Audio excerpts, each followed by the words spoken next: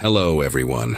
Before we start, make sure to like and subscribe to the channel, and leave a comment with where you're from and what time you're watching. That way, YouTube will keep showing you stories just like this one. Now, let's begin. The smell hit me the second I stepped out of my unmarked Crown Vic at the storage facility on Milwaukee's industrial side. August heat made everything worse, turning the air thick and heavy like breathing through wet cloth. I'd been a detective for 15 years, seen plenty of decomposition cases, but this was different somehow. The manager who'd called us, Frank something or other with tobacco-stained teeth and a permanent squint, was already waiting by the office door, sweating through his shirt despite the early afternoon breeze. He kept wiping his palms on his jeans and wouldn't make eye contact for more than a second at a time.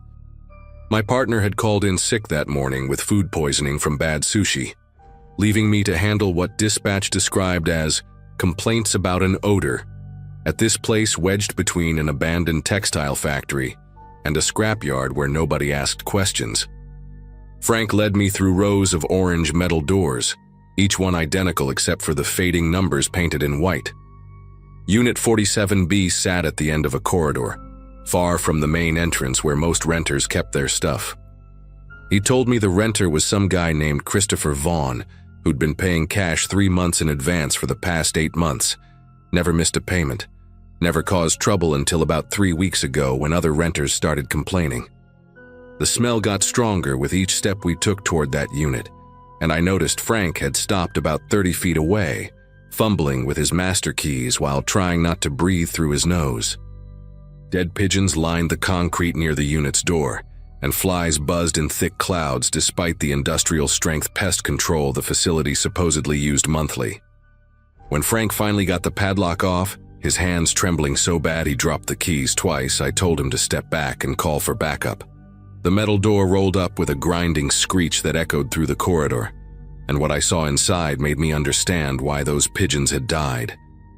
The unit was bigger than expected, maybe 10 by 20 feet, lined wall to wall with chest freezers. 7 of them, all humming with electricity, all duct-taped shut around the edges like someone really didn't want them opened accidentally. The smell was overwhelming now, sweet and rotten and chemical all at once, like meat left in formaldehyde under the sun. Each freezer had a label maker strip across the front with dates going back months, some kind of coding system I couldn't immediately understand. Between the freezers were boxes of medical supplies, the kind you'd see in a hospital storage room. Surgical gloves, scalpels still in sterile packaging, bone saws, and bottles of chemicals with names I'd need a medical degree to pronounce. I pulled out my phone to call it in, but the signal was weak in the metal building, so I had to step outside. While I waited for the crime scene unit and additional officers, I asked Frank about Christopher Vaughn. He pulled out a rental agreement from a manila folder he'd been clutching, showing me a photocopy of a driver's license. The photo showed a thin man, maybe 35, with hollowed cheeks and eyes that seemed to stare through the camera rather than at it. Frank mentioned Vaughn always came at odd hours, usually after midnight or before dawn, always alone, always carrying black garbage bags that looked heavy. The other renters had started complaining about the smell 3 weeks ago, but Frank admitted he'd noticed something weird months earlier when he'd seen Vaughn wheeling in what looked like restaurant equipment on a dolly at 3 a.m. The first unit arrived within 15 minutes. 2 patrol officers who immediately called for hazmat when they caught the smell. We established a perimeter while waiting for the crime scene techs, and I started running Vaughn's name through the system on my laptop in the car. What came back made my chest tighten. Christopher Eugene Vaughn, expelled from Northwestern's medical school 6 years ago for stealing cadavers from the anatomy lab. He'd been caught performing unauthorized procedures on bodies meant for student education, keeping detailed notes about decomposition rates and preservation methods. The university had pressed charges, but they were dropped when Vaughn agreed to psychiatric treatment. His last known address was his mother's house in Kenosha, but she'd reported him missing 2 years ago, said he'd become obsessed with something he called understanding the transition, and stopped taking his medication. By the time the crime scene unit arrived in full hazmat gear, We'd evacuated the entire facility and set up a command post in the parking lot. The lead tech, a woman named Diane, who'd worked scenes with me before, went in first with a camera while I watched the feed on a monitor they'd set up. When she cut through the duct tape on the first freezer and lifted the lid, even through the grainy video feed, I could see her whole body recoil. Inside, wrapped in clear plastic like cuts of meat at a butcher shop, were human remains in various stages of dismemberment. Arms separated at the joints, organs in sealed bags with labels indicating weights and dates, everything arranged with a precision that made it clear this wasn't random violence. Diane's voice crackled through the radio, professional but strained, confirming what we could all see. We were dealing with multiple victims. Over the next 4 hours, the team documented everything while I coordinated with headquarters. Each freezer told its own horrible story. The second one contained what appeared to be complete skeletons, cleaned and numbered with tiny metal tags like museum specimens. The third had organs floating in jars of preservation fluid, each container meticulously labeled with extraction dates, body weights, and what looked like medical observations written in cramped handwriting. Diane found notebooks stacked between the freezers, hundreds of pages of detailed notes about decomposition rates, tissue preservation, and crude autopsy techniques. Vaughn had been teaching himself, using stolen bodies as practice. The medical examiner who arrived later identified at least 12 distinct individuals based on preliminary examination, though she warned the actual number could be higher. Most appeared to be bodies stolen from morgues and funeral homes across 3 states, matching reports of missing corpses that had been filed over the past 8 months. The breakthrough came when one of the techs found a laptop hidden behind the 7th freezer, still logged into Vaughn's email account. He'd been corresponding with black market dealers, people who sold medical specimens to underground collectors and unlicensed research facilities. But the emails showed he'd never actually sold anything. Instead, he kept writing about perfecting his technique, about understanding death in a way medical school never taught. One email to a potential buyer, dated just 5 days ago, said he was close to something important, that he'd discovered patterns in decomposition that nobody else had documented. The laptop also contained hundreds of photos, each showing different stages of his work, faces blurred out, but everything else in sharp, clinical detail. There were spreadsheets tracking everything from ambient temperature to humidity levels in the storage unit, treating the whole thing like some twisted scientific experiment. We tracked Vaughn down through his credit card. Despite paying for the storage unit in cash, he'd been stupid enough to use his Visa at a motel about 40 miles north, near the state line. The place was one of those pay-by-the-week dumps where nobody asked questions, and the carpets hadn't been cleaned since the 90s. Local police surrounded room 23 just after sunset, and I was there when they breached the door. Vaughn didn't resist. He was sitting at a desk made of particle board, writing in another notebook surrounded by medical textbooks and printed articles about decomposition. He looked nothing like his driver's license photo anymore. His hair had grown past his shoulders, greasy and tangled, and he'd lost so much weight his clothes hung off him like they belonged to someone else. His fingernails were long and dirty, with what looked like dried blood underneath them. When I read him his rights, he just nodded and asked if we'd found his work, said it was important that someone preserved his research. During the interrogation, Vaughn was disturbingly calm, speaking about the bodies like a professor discussing lab specimens. He admitted to everything but seemed genuinely confused why we were treating it as a crime. He explained how he'd gotten the bodies, bribing night shift workers at funeral homes, breaking into morgues using stolen key cards, sometimes taking bodies that were meant for cremation so they wouldn't be missed immediately. He'd been practicing autopsies, teaching himself what medical school had denied him, documenting everything because he believed he was contributing to science. When I asked him about the families of these people, about the violation of human dignity, he tilted his head like I was speaking a foreign language. He said the dead didn't care, that they were just organic matter reorganizing itself, and that his work would help future medical students understand decomposition better than any textbook. The trial lasted 3 weeks, and I testified on the second day. Vaughn's lawyer tried for an insanity plea, bringing in psychiatrists who diagnosed him with severe delusional disorder and obsessive-compulsive personality disorder. But the jury saw through it. The meticulous planning, the careful selection of victims who wouldn't be immediately missed, the elaborate concealment methods, it all pointed to someone who knew exactly what they were doing was wrong. He got life without parole, though he never stopped insisting he was a researcher, not a criminal.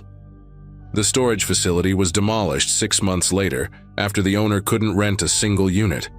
Frank quit the day we found everything and moved to Florida, said he couldn't stop smelling that stench even after the place was cleaned. The families of the identified bodies finally got closure, could finally have proper burials, though some remains were too damaged to ever be returned. I retired 2 years after the Vaughn case, earlier than I'd planned. Not because of fear or trauma, but because something fundamental had shifted in how I saw the job. In 15 years, I'd investigated murders driven by rage, greed, jealousy, emotions I could at least understand even if I condemned them.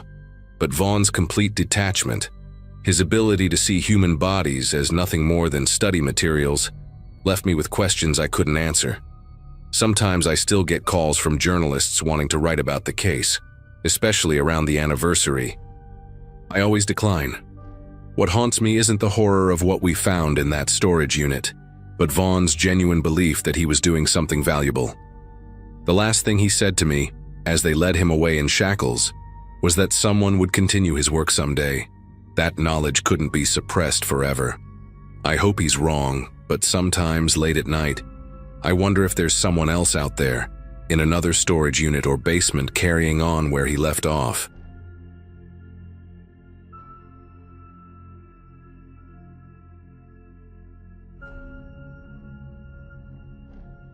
I'm Detective Ellen Carter, and I've been with the police force in a small Colorado town for about 12 years now.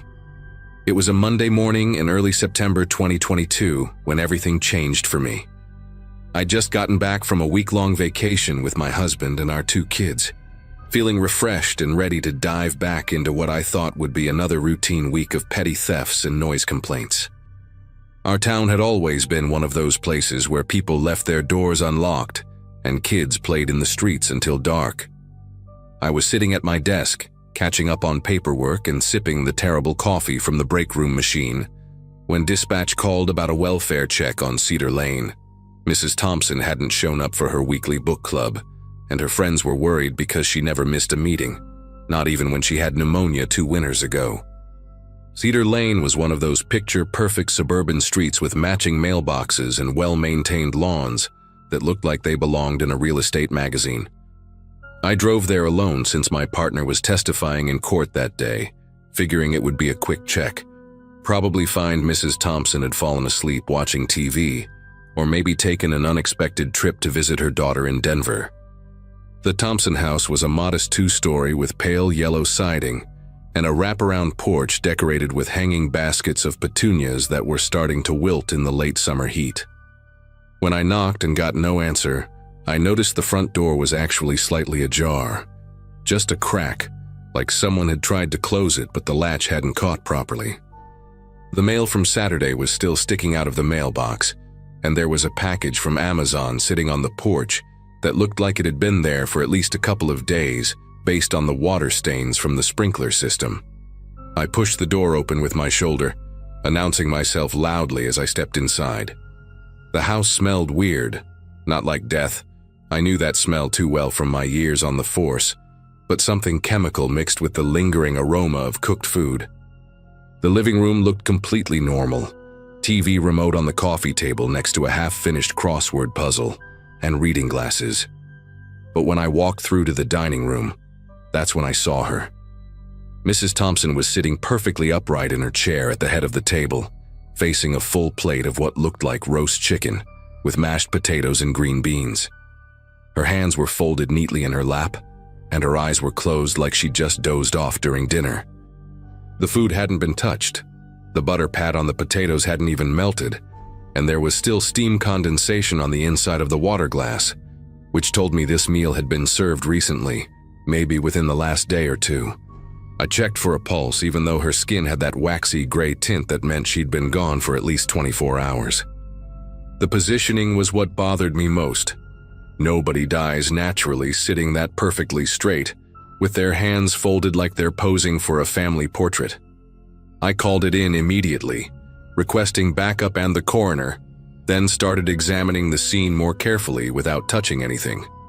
The kitchen showed signs of normal meal preparation: dirty pots in the sink, vegetable peelings in the trash, a cookbook still open to a recipe for herb-roasted chicken. But there was also a clipboard on the counter with what looked like a work order from Riverside Utilities, dated 3 days prior, signed by someone named Jason Brennan, with a note about checking the gas lines for the neighborhood modernization project. I photographed everything with my phone while waiting for the crime scene unit, and that's when I noticed something else strange. There was a second-place setting at the table, directly across from Mrs. Thompson, but that plate was completely clean, like someone had eaten their entire meal and even wiped the plate with bread. While the forensics team processed the Thompson house, I decided to canvass the neighborhood to see if anyone had noticed this utility worker or anything unusual over the past few days. The first neighbor I talked to was Mr. Gallagher, a retired postal worker who lived directly across the street and was known for sitting on his porch most afternoons. He mentioned seeing a white van with Riverside Utilities painted on the side, parked in front of several houses on the street earlier in the week. But he hadn't thought much of it since there had been notices about infrastructure updates posted on everyone's doors the previous month. He described the worker as a clean-cut guy, maybe mid-30s, wearing the typical blue uniform and carrying a toolbox and clipboard. What stuck with Mr. Gallagher was how friendly the guy was, stopping to chat with everyone, asking about their families, even helped Mrs. Ningian carry her groceries in when he saw her struggling with the bags. That's when Mrs. Gallagher mentioned something that made my chest tighten with dread. She said their next-door neighbors, the Andersons, hadn't been seen since Saturday, and their newspaper was piling up on the driveway. The Andersons were a couple in their 60s who kept to themselves, but were reliable about maintaining their property. Their garage door was still open with both cars inside, which was completely out of character for them. I radioed for additional units immediately and headed to the Anderson house with 2 officers who had just arrived as backup. The front door was locked, but when we went around back, we found the sliding glass door to the kitchen unlocked. The smell hit us immediately, that same chemical odor mixed with food, but stronger this time. In the dining room, we found Mr. and Mrs. Anderson seated at opposite ends of their table, both in that same unnaturally upright position, both with untouched plates of food in front of them. Looked like spaghetti with meat sauce, salad on the side, glasses of red wine that had never been sipped. The Andersons had the same clipboard on their kitchen counter, same Riverside Utilities letterhead, same signature from Jason Brennan, dated the day before Mrs. Thompson's visit. But this time I found something else. A business card tucked under a magnet on their refrigerator with the Riverside Utilities logo and a phone number. When I called it from my cell, I got a disconnected number message. The real Riverside Utilities, when we contacted them, had no record of any Jason Brennan, no scheduled maintenance on Cedar Lane, and their official vans were accounted for in their fleet. They also confirmed their workers wore orange uniforms, not blue, and they never did door-to-door visits without sending official letters at least 2 weeks in advance. The forensics photographer was documenting everything when one of the officers found something in the Andersons' trash, an empty box of fancy chocolates with a thank you note that read, "For being such wonderful neighbors, Jason from Riverside Utilities." By this point, we had the entire street blocked off and were going door to door. Most residents were at work, but the retirees and stay-at-home parents were all accounted for and safe, though shaken when we explained what was happening. Then we got to the Washburn house at the end of the cul-de-sac. Joyce Washburn was a widow in her 70s who lived alone and was known for her incredible garden and homemade jam that she gave out every Christmas. Her car was in the driveway. Her sprinklers were running on schedule, but she wasn't answering the door. The neighbor had a spare key. They checked on each other regularly. And when we entered, I already knew what we'd find. There she was, seated at her small kitchen table with a bowl of soup and a sandwich in front of her, untouched, hands folded, that same terrible upright posture. The clipboard was there too, but this time there was also a plate of cookies on the counter with a handwritten note. "Joyce, thank you for the lovely chat and lemonade. Enjoy these as a small token of appreciation. JB." The medical examiner arrived within the hour and did preliminary tests on Mrs. Thompson while we waited. He found no obvious signs of violence or struggle, but noted petechial hemorrhaging in her eyes and a slight blue tinge around her lips that suggested poisoning. The way he explained it to me, certain toxins could cause respiratory paralysis while keeping the victim conscious and aware for several minutes, long enough for someone to position them however they wanted. The thought of these poor people being unable to move or call for help while this monster arranged them like dolls at their own dinner tables made me physically sick. I had to step outside for a minute to compose myself, and that's when I saw something that everyone else had missed. Fresh tire tracks in the mud beside Joyce Washburn's driveway, where her sprinklers had overwatered the edge of the lawn. The tracks were distinctive. Heavy vehicle, probably a van, with what looked like a nail or screw embedded in the rear left tire that left a small puncture mark every rotation. We immediately put out a bolo for any white van with Riverside Utilities markings and that specific tire damage. I spent the rest of that day and most of the night interviewing neighbors, reviewing security footage from the few houses that had cameras, and trying to piece together this Jason Brennan's movements. The security footage we did get showed him clearly. Average height, brown hair, clean-shaven, probably around 35, wearing that blue uniform and always carrying the same black toolbox and clipboard. He had this way of walking with a slight bounce in his step, almost cheerful, and in one video you could see him whistling while he walked up to the Andersons' door. What really got to me was how normal he looked, how he smiled and waved at a kid riding by on a bicycle, how he stopped to pet someone's dog. He spent between 30 and 45 minutes in each house, and in every case, he was the last person seen entering before the victims were found dead. The breakthrough came around 3 a.m. when an officer found the van abandoned in a grocery store parking lot about 15 miles away. It had been set on fire, but the rain from that evening had put it out before it was completely destroyed. The VIN number had been filed off, but our forensics team found partial prints on a water bottle in the cab and DNA on a cigarette butt. The toolbox was still in the back, containing vials of what turned out to be succinylcholine, a paralytic drug used in hospitals that's incredibly hard to get without medical credentials, mixed with a slow-acting poison that would kill within hours. There were also stacks of fake business cards, several blue uniforms, and most disturbing of all, a notebook with addresses and details about dozens of elderly residents across 3 states, with Cedar Lane being just one of many streets marked with red check marks. Mrs. Thompson, the Andersons, and Joyce Washburn all had stars next to their names with notes like "Lives Alone," "Trusting," and "Offers Refreshments." We ran the prints and DNA through every database we had access to, and got a hit 6 hours later. The man calling himself Jason Brennan was actually Gregory Hoffman, a former hospice nurse who'd lost his license 5 years earlier for stealing medications, and who had a history of financial fraud targeting elderly patients. He'd been moving across the Midwest, hitting small towns where people still trusted strangers in uniforms, where elderly folks living alone would open their doors to a friendly utility worker, warning about gas leaks or offering free safety inspections. We caught him 2 days later at a motel in Nebraska, preparing to hit another neighborhood. He'd already distributed flyers and made initial contact with several potential victims. When we arrested him, he was calm, almost proud, and the only thing he said was that he'd been helping them avoid the indignity of dying alone in nursing homes. He's now serving 3 life sentences, but I know there are more victims out there we haven't found yet. I still drive by Cedar Lane sometimes, and even though new families have moved into those houses, I can't forget how I found those people, posed at their tables like some sick art installation, their last meals growing cold in front of them.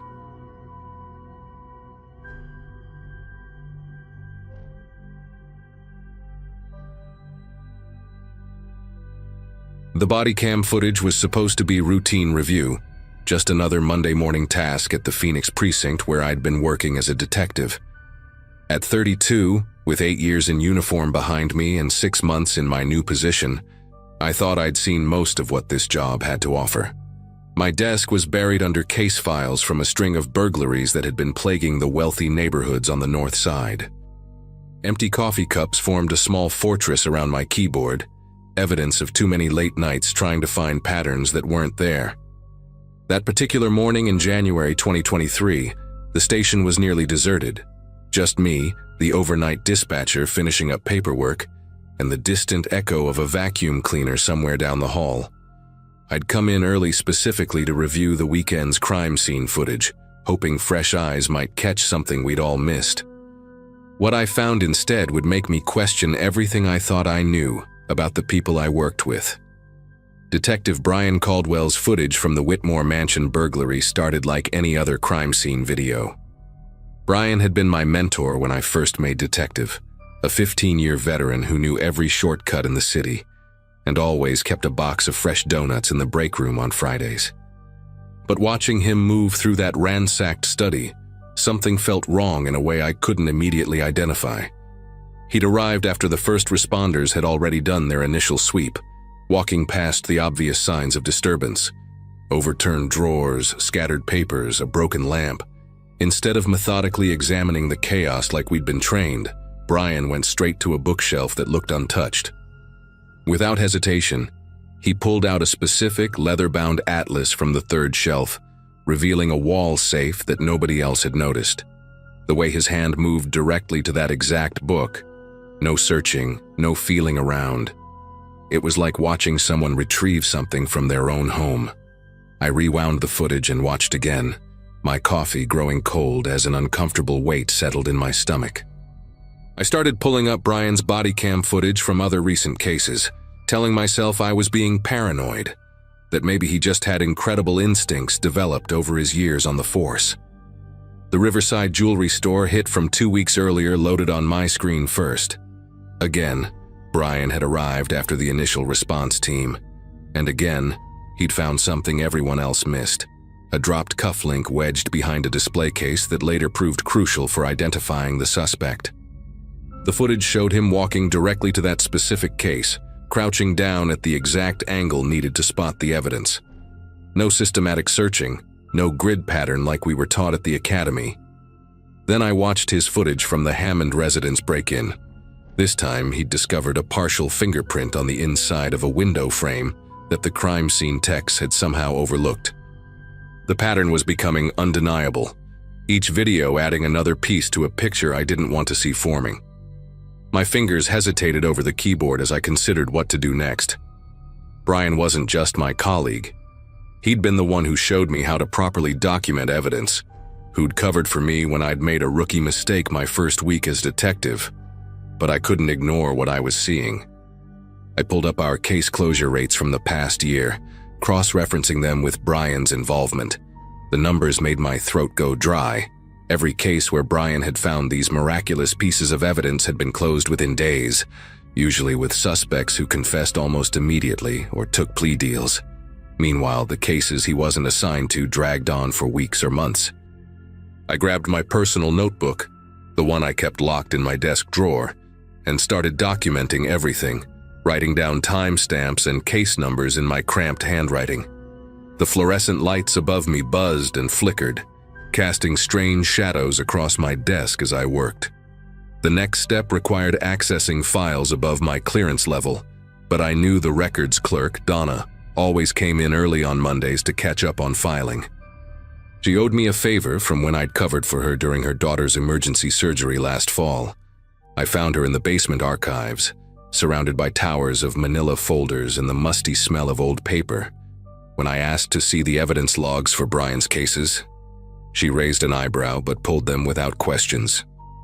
What I discovered made my pulse race. In every single case where Brian had found crucial evidence, he'd been the last person to access the evidence room the night before the discovery. The login records showed him entering after midnight, staying for 30 to 45 minutes, always when the security desk was staffed by Officer Ramirez, who was notorious for sleeping through his shifts. The pieces were falling into place in the worst possible way. I spent the rest of that morning digging deeper, and what I found turned my unease into genuine fear. Brian's bank records, which I accessed through a contact at Financial Crimes who didn't ask too many questions, showed deposits that didn't match his salary. $5,000 here, $8,000 there, always made within a week of his miraculous evidence discoveries. The deposits came from different LLCs with generic names like Consulting Solutions Group and Professional Services, Inc. A quick search revealed these companies were registered to a private investigation firm run by Anthony Reeves, a former cop who'd left the force under suspicious circumstances 5 years ago. Reeves had a reputation for getting results for his high-paying clients, the kind of people who wanted their stolen property recovered, or needed leverage in messy divorces. My stomach churned as I realized Brian wasn't just finding evidence, he was planting it, selling case information to criminals and PIs who needed to stay ahead of our investigations. Around noon, I heard Brian's distinctive laugh echoing from the break room, and my whole body tensed. He was chatting with other detectives about the upcoming Super Bowl, completely at ease, while I sat at my desk with enough evidence to destroy his career. But I needed more than suspicious patterns and financial records. I needed proof of him actually planting evidence or meeting with Reeves. I decided to tail him that evening, waiting in my beat-up Toyota Camry across from the precinct parking garage. At 6 p.m., Brian walked out like any other day, whistling some old rock song, his badge still clipped to his belt. He drove his silver Ford Explorer through downtown, making several unnecessary turns that told me he was checking for tails. My palms were slick on the steering wheel as I stayed 3 cars back, using every surveillance technique I'd learned. He finally pulled into a parking structure attached to the Marriott on Central Avenue. I parked 2 levels up and took the stairs down, my heart hammering against my ribs with each step. Through the concrete pillars, I watched Brian meet with a man in an expensive suit, Anthony Reeves, looking exactly like his old department photo but with grayer hair and a gold watch that caught the garage's harsh lighting. They stood between 2 SUVs and I could see Brian hand over what looked like a flash drive. I managed to get my phone out and record them, though my fingers trembled so badly I nearly dropped it twice. Their conversation was too quiet to hear clearly, but I caught fragments. Tomorrow's raid, evidence room at 2 a.m., and something about making sure the Morrison kid takes the fall. Reeves handed Brian an envelope that was thick enough to be cash, and they shook hands like old friends closing a business deal. After Reeves drove away, Brian stayed in the garage for another 10 minutes, making a phone call while pacing between the yellow parking lines. I stayed hidden behind a concrete support beam, barely breathing, recording everything until he finally left. That night I couldn't sleep. Every car that passed my apartment made me jump, wondering if Brian had somehow figured out I was onto him. I sat at my kitchen table with all my evidence spread out, printed screenshots, bank records, my handwritten notes, and my phone with the garage video. The smart move would be to go straight to internal affairs, but I knew Brian had friends everywhere, people who'd worked with him for over a decade who'd never believe he was dirty. I needed something undeniable, something that would force them to act immediately. Then I remembered tomorrow's raid that Brian had mentioned. I checked our department schedule on my laptop and found it, a dawn raid on a suspected drug house on Oak Street, with Brian leading the team. If he was planning to plant evidence at 2 a.m., I had to catch him in the act. I set my alarm for 1:30 a.m., placed my service weapon on the nightstand, and lay in bed staring at the ceiling, counting down the hours. The evidence room at 2 a.m. was supposed to be empty except for the security guard, but when I arrived at the precinct, I parked a block away and entered through the side entrance using my key card. The hallways were dim, lit only by emergency lighting that made everything look gray and distorted. I could hear my own breathing echoing in the empty corridors as I made my way to the basement where we kept evidence. Sure enough, there was Brian's Explorer in the back lot, and Officer Ramirez was predictably asleep at the security desk, his head tilted back and soft snores filling the silence. I crept past him and down the stairs, using my phone's camera to record everything. The evidence room door was slightly ajar, and through the crack I could see Brian with a duffel bag, carefully placing bags of what looked like cocaine into evidence boxes labeled for tomorrow's raid. He was wearing latex gloves and had disabled the security camera. The red recording light was off. My throat felt like sandpaper as I watched him work methodically, even taking photos of the planted drugs to ensure they'd be discovered in the right locations. I knew I had enough evidence now, but I needed to act fast before Brian finished and destroyed any trace of what he'd done. With shaking fingers, I sent the video directly to Captain Rebecca Walsh's personal email. She was the only person in leadership I trusted completely, having worked with her when she was in internal affairs.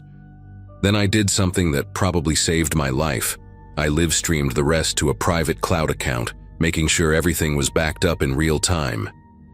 Brian must have heard something because he suddenly stopped and turned toward the door. For a terrifying moment, our eyes met through the crack, and I saw his expression shift from surprise to something cold and calculating. He dropped the evidence bag and reached for his service weapon, but I was already moving, sprinting down the hallway while shouting for Ramirez to wake up. Brian burst out of the evidence room behind me, and I heard him yelling that I was stealing evidence, trying to flip the narrative. But Ramirez had seen Brian's bag full of drugs, had seen him coming out of a room he shouldn't have been in, and most importantly, Captain Walsh was already calling for backup. Within 20 minutes, the precinct was swarming with internal affairs officers and FBI agents. Turns out, Brian had been on their radar for months, but they hadn't been able to prove anything concrete. My videos and documentation were the missing pieces they needed. Brian tried to maintain his innocence at first, claiming I'd set him up, but when they found 3 more burner phones in his car and a detailed ledger of his transactions hidden in his garage, he finally went quiet. The investigation that followed uncovered a network of 4 other officers across different precincts, all working with Reeves to manipulate cases for profit. 17 cases had to be reopened, including 3 where innocent people had been convicted based on planted evidence. Brian got 15 years in federal prison, Reeves got 20, and I got a commendation that felt hollow considering how many lives had been destroyed. I still work at the precinct, but now I review body cam footage with a different kind of attention, knowing that sometimes the real criminals are the ones wearing badges. The Morrison kid, the one Brian was going to frame, he was a 19-year-old college student who'd never had so much as a parking ticket.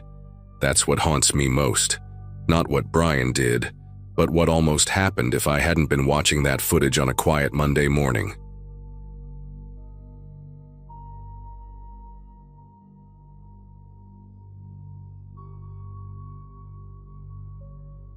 The dispatcher's voice crackled through my radio at 9:47 p.m., and right away, something about it made me grip the steering wheel tighter. 6 months patrolling the suburbs outside Portland, and you develop this instinct for which calls are going to stick with you. A woman named Margaret Hobbs, 67 years old, had just whispered into her phone that someone was inside her house at 4782 Willow Court. The dispatcher told me she'd gone silent mid-sentence, just cut off like someone had yanked the words right out of her throat. The line stayed open, though. 40 seconds of dead air, except for what sounded like a television playing some game show. Audience laughter echoing through an empty room. Margaret lived alone since her husband died 2 years back, one of those widows who kept to themselves but always waved when you drove past. October nights in Oregon get cold fast, and I remember cranking the heat as I turned onto her street, thinking about how scared she must be, hiding somewhere in that house. The cul-de-sac looked wrong before I even reached her driveway. Every house had their typical porch lights on, those soft amber glows that make suburbia feel like a cocoon. But Margaret's place blazed like a beacon. Every single window lit up bright white, even the basement and attic windows that nobody ever uses. The house itself was one of those split levels from the 70s, painted this hideous mustard yellow that had faded to something between beige and decay. Her front door hung open about 6 inches, swaying slightly in the wind like it was breathing. I radioed for backup, but dispatch said 20 minutes minimum. A pileup on Highway 26 had everyone tied up. The rules say wait for backup on a potential home invasion, but the rules also say protect and serve, and Margaret Hobbs needed protecting right now. From my cruiser, I could hear that television still going, some host asking about presidents and capitals, and underneath it this rhythmic dripping sound steady as a metronome. I stepped out of the cruiser with my flashlight in one hand, keeping the other near my holster, and announced myself from the driveway. "Police, Margaret Hobbs, this is Officer Price responding to your call." My voice bounced off the empty street and came back to me like an echo in a cave. The neighbors' houses stayed dark and quiet, no curious faces in windows, no one stepping out to see what the commotion was about. That should have been my first real warning. Willow Court was the kind of place where everyone knew everyone's business, where a police car would normally draw at least 3 concerned neighbors in bathrobes. But that night, it felt like the entire street was holding its breath. I approached the front door slowly, noting the door frame showed no signs of damage, no splintered wood or jimmy marks. The door had been opened with a key, or it hadn't been locked at all. Through the gap, I could see into the living room where the TV cast shifting blue light across beige carpet and floral wallpaper that probably hadn't been changed since the house was built. The smell hit me as soon as I pushed the door wider. Pot roast, still cooking, mixed with something else I couldn't place, something chemical and sharp like cleaning supplies, but wrong somehow. "Margaret Hobbs, police, I'm coming inside to check on your welfare." I stepped into the house and nearly jumped out of my skin when the door suddenly slammed shut behind me. Just the wind, I told myself, though I knew damn well the air had been still as death outside. The living room looked lived in but neat. One of those spaces old people keep frozen in time. Doilies on every surface, photos of grandkids in heavy frames, a collection of ceramic angels on the mantel. The TV was playing Jeopardy! Alex Trebek reading questions to an empty room. On the coffee table sat a TV guide open to that day's listings, a pair of reading glasses folded on top, and a cup of tea still steaming, the bag's string draped over the rim like it had just been made. I moved through the living room toward the kitchen, where that dripping sound grew louder. The dining room table stopped me cold. 3 plates set out, but only one had food. Pot roast, mashed potatoes, green beans, all half-eaten. The fork still stuck upright in the meat like someone had been interrupted mid-bite. The other 2 plates were clean, untouched, but the silverware was arranged differently at each setting. At the first empty plate, the knife and fork formed an X. At the second, they lay parallel, perfectly aligned. Steam still rose from the food, and when I touched the edge of the plate with the back of my hand, it was warm enough to make me pull away. The phone hung off its cradle on the wall, receiver dangling by its curly cord, swaying slightly, even though there was no breeze in the house. I picked it up and heard the dial tone, then noticed something that made my chest tighten. The phone cord had been cut clean through about 3 feet from the handset, yet somehow it still had a dial tone. The kitchen faucet was the source of that dripping, each drop hitting the steel sink with a metallic pink that seemed too loud in the silence. I turned it off, and that's when I heard it. Footsteps directly above me, slow and deliberate, like someone pacing. "Police, come downstairs with your hands visible." The footsteps stopped immediately. I drew my weapon and moved toward the stairs, every nerve in my body screaming that something was fundamentally wrong here. The stairs creaked under my weight, that old house sound that usually feels homey but now felt like an announcement of my position. Halfway up, I noticed the family photos lining the wall, Margaret and her late husband through the decades, their kids, grandkids. But in every single photo, someone had scratched out Margaret's face with something sharp, leaving just jagged holes in the glass where her eyes should have been. Fresh glass shards crunched under my boots, meaning this had been done recently, maybe even while I was downstairs. The upstairs hallway stretched longer than it should have for a house this size, 4 doors on each side, all closed except for one at the far end. That room glowed with the same harsh white light I'd seen from outside, and I could hear what sounded like a woman humming, low and tuneless. I called out again, identifying myself, but the humming continued without pause. I checked each room methodically. A guest bedroom with dust on every surface, a bathroom with the medicine cabinet hanging open, and pill bottles scattered in the sink. A sewing room where every single thread had been pulled from the spools and tangled into a massive knot on the floor. The master bedroom door had been locked from the inside, one of those old push-button locks. But when I pressed my ear against it, I heard nothing. The humming from the lit room at the end never stopped, never varied in pitch or rhythm, like a recording stuck on loop. I reached the last room and pushed the door fully open with my foot, weapon raised. It was Margaret's husband's old study. She'd apparently kept it exactly as he'd left it. Medical journals stacked on the desk, a stethoscope draped over the chair. He'd been a doctor, from the looks of it. The humming came from an old cassette player on the bookshelf, the kind from the 80s with the silver buttons. But what made me radio for immediate backup was the wall behind the desk. Someone had written the same sentence over and over in what looked like black marker, covering every inch from floor to ceiling, the handwriting getting smaller and more frantic toward the edges. She's still on the phone. Hundreds of times, maybe thousands, and the marker was still there on the desk, cap off, tip still wet. I ejected the cassette and the humming stopped, revealing another sound I hadn't noticed before.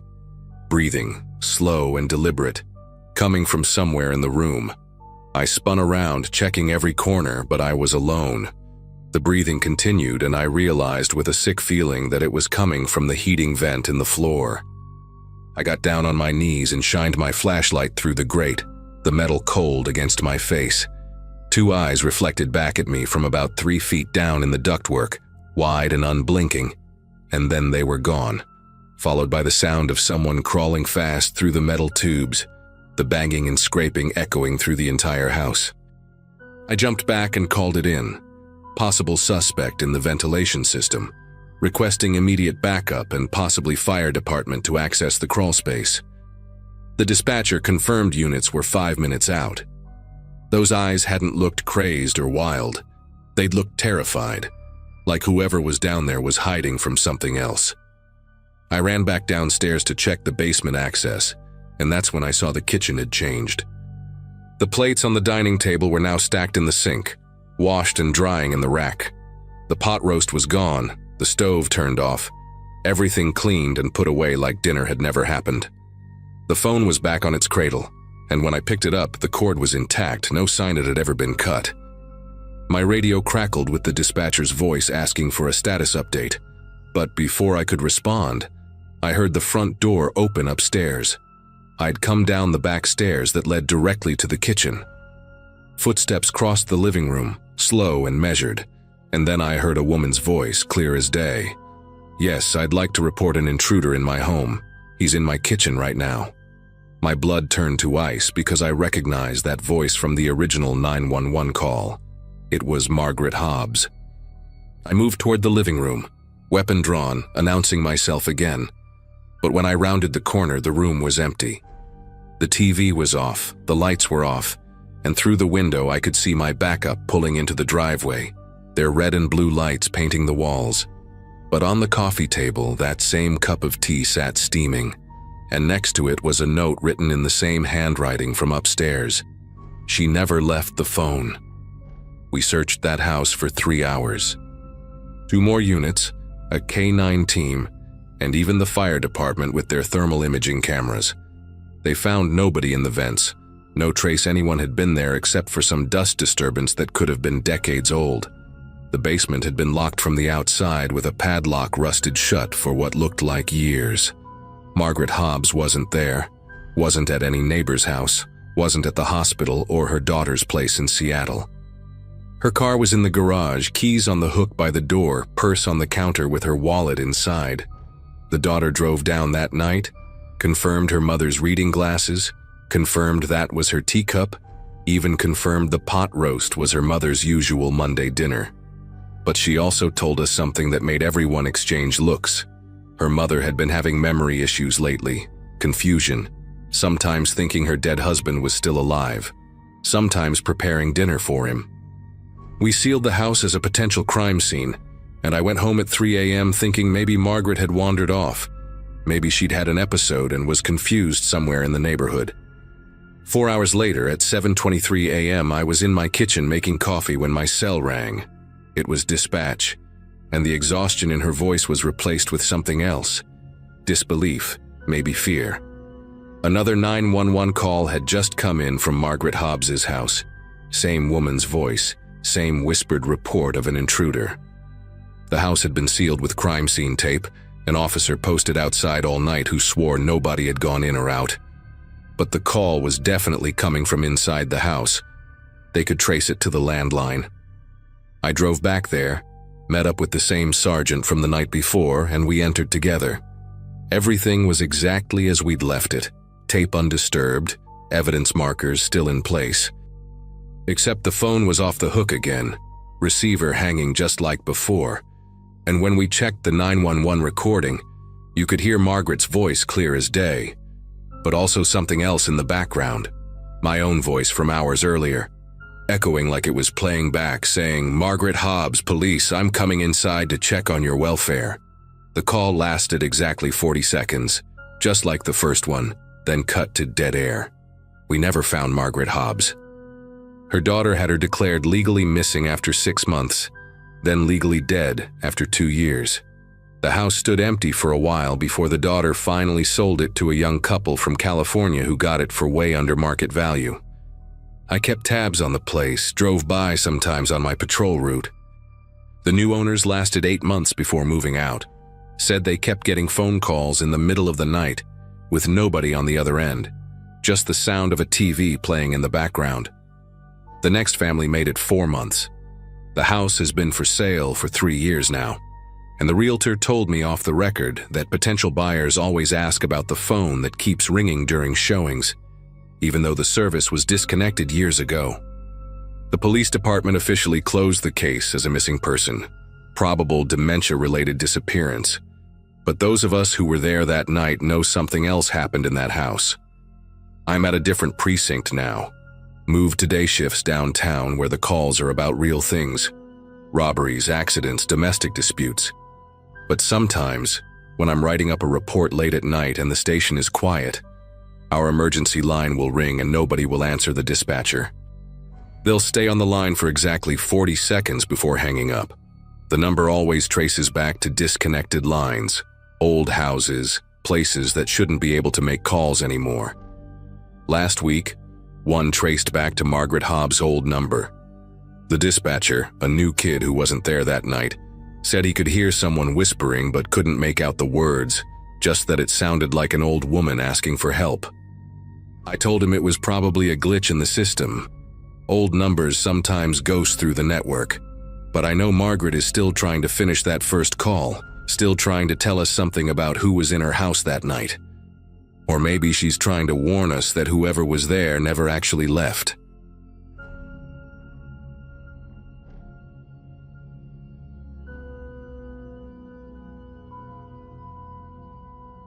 I was 23 and fresh out of the academy when I got assigned to work under Detective Emily Harris in 2012. People called her the bulldog behind her back, not because she was mean, but because once she got her teeth into a case, she never let go. I'd been shadowing her for about 3 months, mostly petty theft and domestic disputes, nothing that really tested either of us. That changed on a humid Saturday morning in early July, when we got called to an apartment complex on the north side of town. The building was one of those converted warehouses from the 1940s, all exposed brick and industrial windows, the kind of place young professionals loved because it had character. We'd been told it was a possible suicide, but Emily had this way of narrowing her eyes when dispatch gave us information, like she could smell when something wasn't quite right through the radio waves. The apartment belonged to a guy named Kevin Brewster, 28 years old, worked as a graphic designer for some startup downtown. The super had found him after Kevin's boss called asking why he hadn't shown up for 3 days straight. When we got there, the hallway was already crowded with uniforms and the medical examiner's team. The smell hit me first, that sweet, cloying stench that sticks to the inside of your nostrils for days. Emily didn't even flinch, just pulled on her gloves and ducked under the yellow tape. Kevin's door had one of those expensive electronic locks, the kind you program with codes instead of keys. The super swore up and down that it had been locked from the inside when he arrived, had to use his master override to get in. Inside, Kevin was sprawled on his living room floor, still wearing his work clothes from what looked like several days ago. Khakis and a button-down shirt with some tech company's logo on the pocket.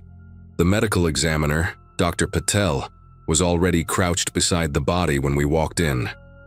He had this habit of humming classical music while he worked, something that always made crime scenes feel even more surreal.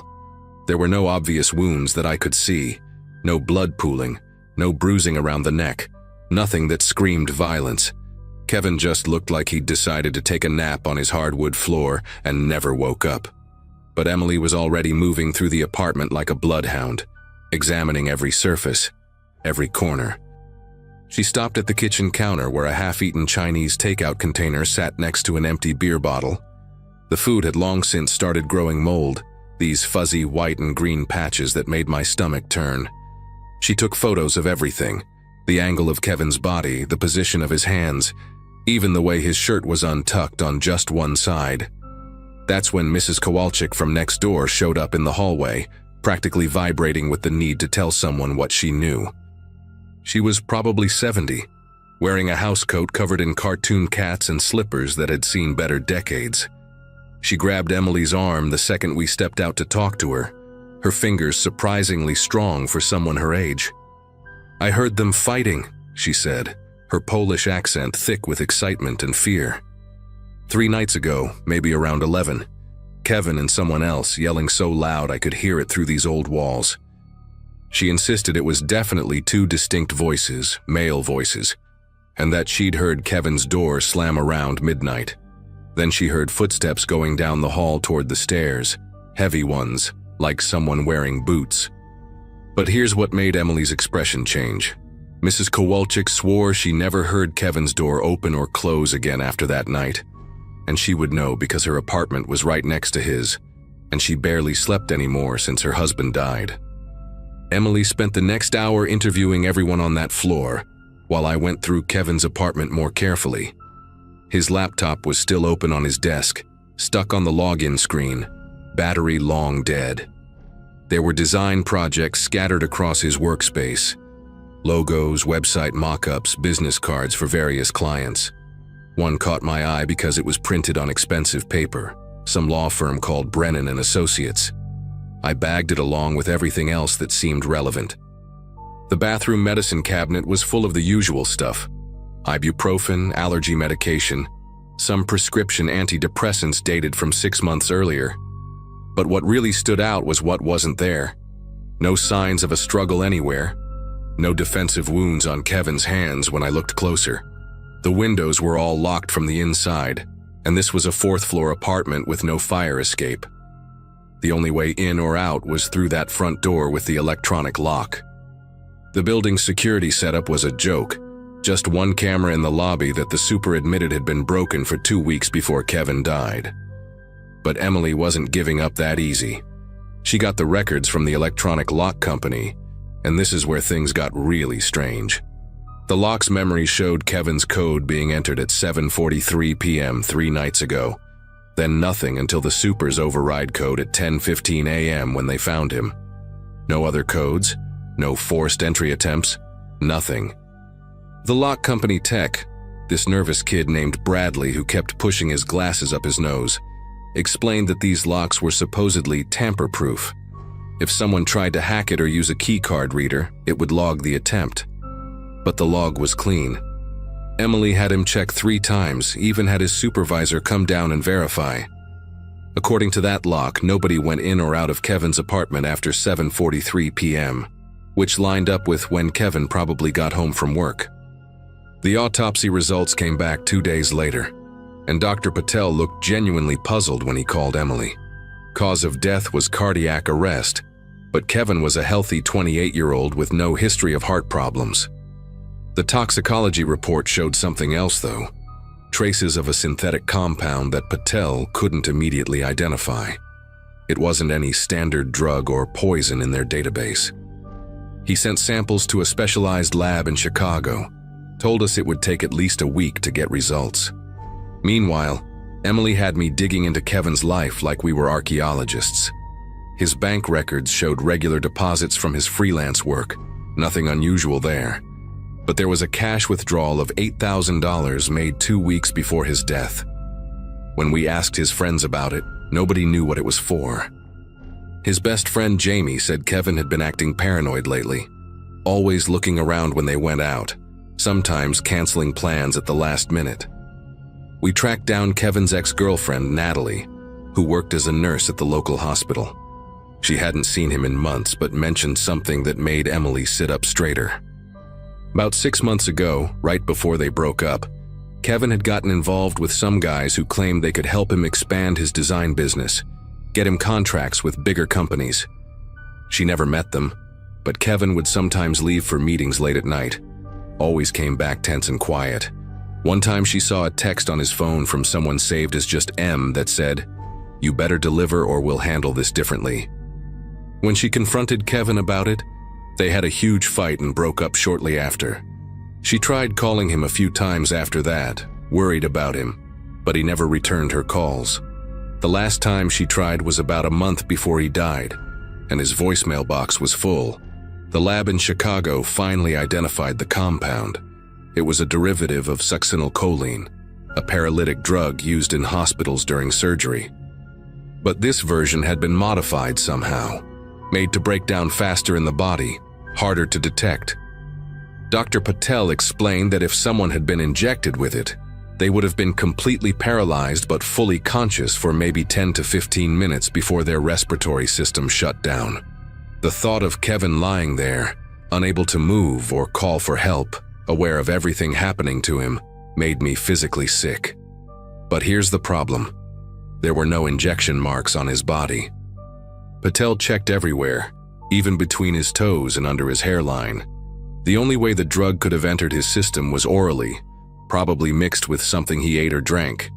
Emily immediately thought of the Chinese food and beer, but the restaurant checked out clean, and the beer bottle was a brand Kevin bought regularly from the corner store. Then we caught a break, or at least we thought we did. A guy named Vincent Russo got picked up for assault in a bar fight, and when they ran his prints, he had a connection to Kevin. They'd gone to community college together years ago. Under questioning, Vincent admitted he'd been hired to send a message to Kevin about some money he owed. He said he went to Kevin's apartment that night with another guy, Tommy Garza, just to scare him. According to Vincent, they argued with Kevin about payment for some services Kevin had agreed to provide, creating fake IDs and documents using his design skills. Kevin had taken the $8,000 as a down payment, but then got cold feet, tried to back out. Vincent swore they just yelled at him, maybe pushed him around a little, but left him very much alive. He said Tommy might have slipped something in Kevin's beer when he wasn't looking, just to mess with him, but nothing that should have killed him. But here's where everything fell apart. Tommy Garza had an alibi. He was in lockup in Indiana that night for a DUI. Didn't get released until 2 days after Kevin died. Vincent's story changed 3 times in the next hour, each version different from the last. First he said they left at midnight, then 11:30. Then he wasn't sure if he'd even gone to Kevin's apartment at all. His lawyer showed up and shut down the interrogation, and without physical evidence placing Vincent at the scene, we had to let him go. No fingerprints except Kevin's in the apartment. The DNA from the beer bottle and takeout containers all came back as Kevin's. Even the hallway cameras from the building next door, which had a partial view of Kevin's building entrance, showed nobody entering or leaving during the time frame Mrs. Kowalczyk described. Emily went through that footage frame by frame, hours of it, until her eyes were bloodshot. She kept muttering about how someone had to have been there. The neighbor heard them, but the evidence just wasn't there. The case went cold after 6 months. Emily never stopped working it, even after I got transferred to another precinct. She'd call me sometimes with new theories. Maybe someone had climbed between balconies. Maybe there was a second electronic code that got erased somehow. Maybe the lock company was involved, but nothing ever panned out.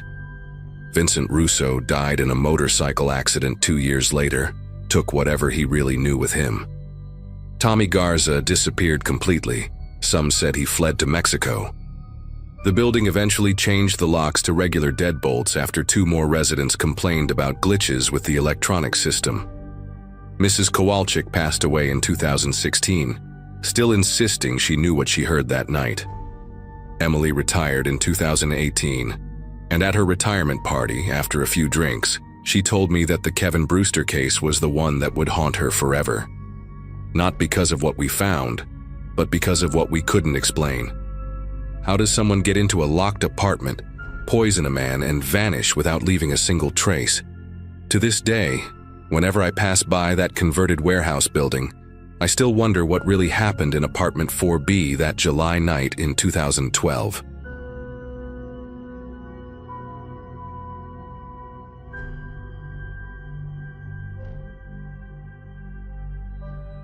"12 years on the force, and I thought I'd seen everything our small Pennsylvania town could throw at me. Cold cases became my specialty about 2 years ago, which meant spending most of my days in the basement evidence room, surrounded by boxes of forgotten crimes. My wife Susan used to joke that I was becoming part of the furniture down there, and honestly, she wasn't far off. I'd gotten comfortable with the routine: pull a file, review witness statements, make some calls, update the digital records, repeat. Most detectives avoided the evidence room like the plague because of how depressing it felt. All those unsolved cases just sitting there collecting dust. But I actually found it peaceful. The fluorescent lights hummed constantly, the air smelled like old paper and mildew, and the only sounds were usually my footsteps echoing off the concrete walls. That all changed on a Monday morning in November 2017, when I discovered someone had been tampering with my cases.